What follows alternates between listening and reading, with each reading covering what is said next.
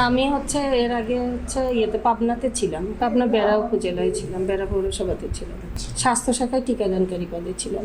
এখানে 22 সালে আসছি, মিনিস্ট্রি থেকে বদলি করছে এখানে।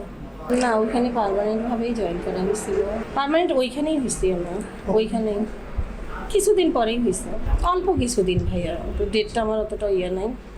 এখানে স্বাস্থ্য শাখার যে কাজগুলো সেগুলো নিয়ে আমি করি। এখানে তো স্বাস্থ্য শাখার টিকা দেওয়া, আমাদের স্বাস্থ্য শাখায় টিকাদানকারী হিসেবে আছি, টিকা দেওয়া, কিন্তু এখানে টিকা কার্যক্রমটা নেই। এটা সামনে হসপিটাল থেকে হসপিটালেই দিতে হয়। তো আমরা 2জন টিকাদানকারী এখানে আসি, এই জন্য 2জন মানে একদিন করে হসপিটালে গিয়ে টিকা দেয়। না না না, এরকম কিছু না, এটা এমনিতেই। না না, এটা কিছু না ভাইয়া, না না না না না না, এটা না, না না না ভাইয়া, না না, এটা করতে পারবো। এটা কে দিছে এই চিঠি আপনাদের? কে দিছে? মেয়র ছিল, আলহাজ আব্দুল বাতিন ছিল। মেয়ররাই তো নিয়োগ দেয় ভাইয়া, এটা তো অন্য কেউ নিয়োগ। উনি এখানে জয়েন করেন 2022 সালে।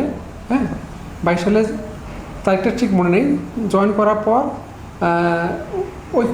ওই সংশ্লিষ্ট পৌরসভা থেকে একটা চিঠি আসে আর কি আমাদের কাছে, যে এরকম পাপড়ি রানী সাহা এখানে চাকরি করতো, কিন্তু তার নিয়োগ প্রক্রিয়াটা বৈধ ছিল না। এখানে তার মেয়র নিয়োগ বিধি অনুযায়ী নিয়োগ গঠন না করে তাকে নিজের ক্ষমতা পর নিয়োগ দিয়েছেন, দিয়ে পাঠানো। পরে আমরা তার সার্ভিস বুকটা তার কাছে সংগ্রহ করার পর ওখানে দেখতে পাই যে কিছু অসংগতি আছে আর কি। যেমন চাকরির বয়স 18 থেকে 30-এর মধ্যে হতে হবে, কিন্তু তার বয়স নিয়োগকালীন সময় 35 বছর, যেটা চাকরি বিধিমালা 1992 পরিপন্থী আর কি।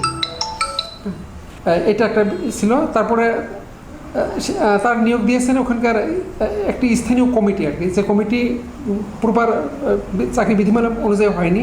কমিটি বিধিমালা অনুযায়ী একটা নিয়োগ বোর্ড গঠন করার নিয়ম, সেখানে 5 সদস্য বিশিষ্ট কমিটি। এখানে একজন ম্যাজিস্ট্রেট থাকবেন সদস্য, পৌর মেয়র হচ্ছে সভাপতি, এবং সচিব হচ্ছে সদস্য সচিব দায়িত্ব পালন করবেন। কিন্তু এই কমিটি তাদেরকে নিয়োগ দেয়নি।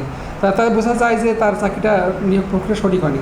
পরবর্তীতে আমরা তার এই নিয়োগ প্রক্রিয়া সম্পর্কে প্রশ্ন থাকার কারণে আমরা মিনিস্ট্রিতে লিখিতভাবে জানাই যে তার নিয়োগটা বৈধ হয়নি। এই বিষয়ে পরামর্শ নেওয়ার জন্য, মতামত দেওয়ার জন্য অনুরোধ করছি, কিন্তু মিনিস্ট্রি থেকে আমার ফলপ্রসূ কোনো জবাব পাইনি।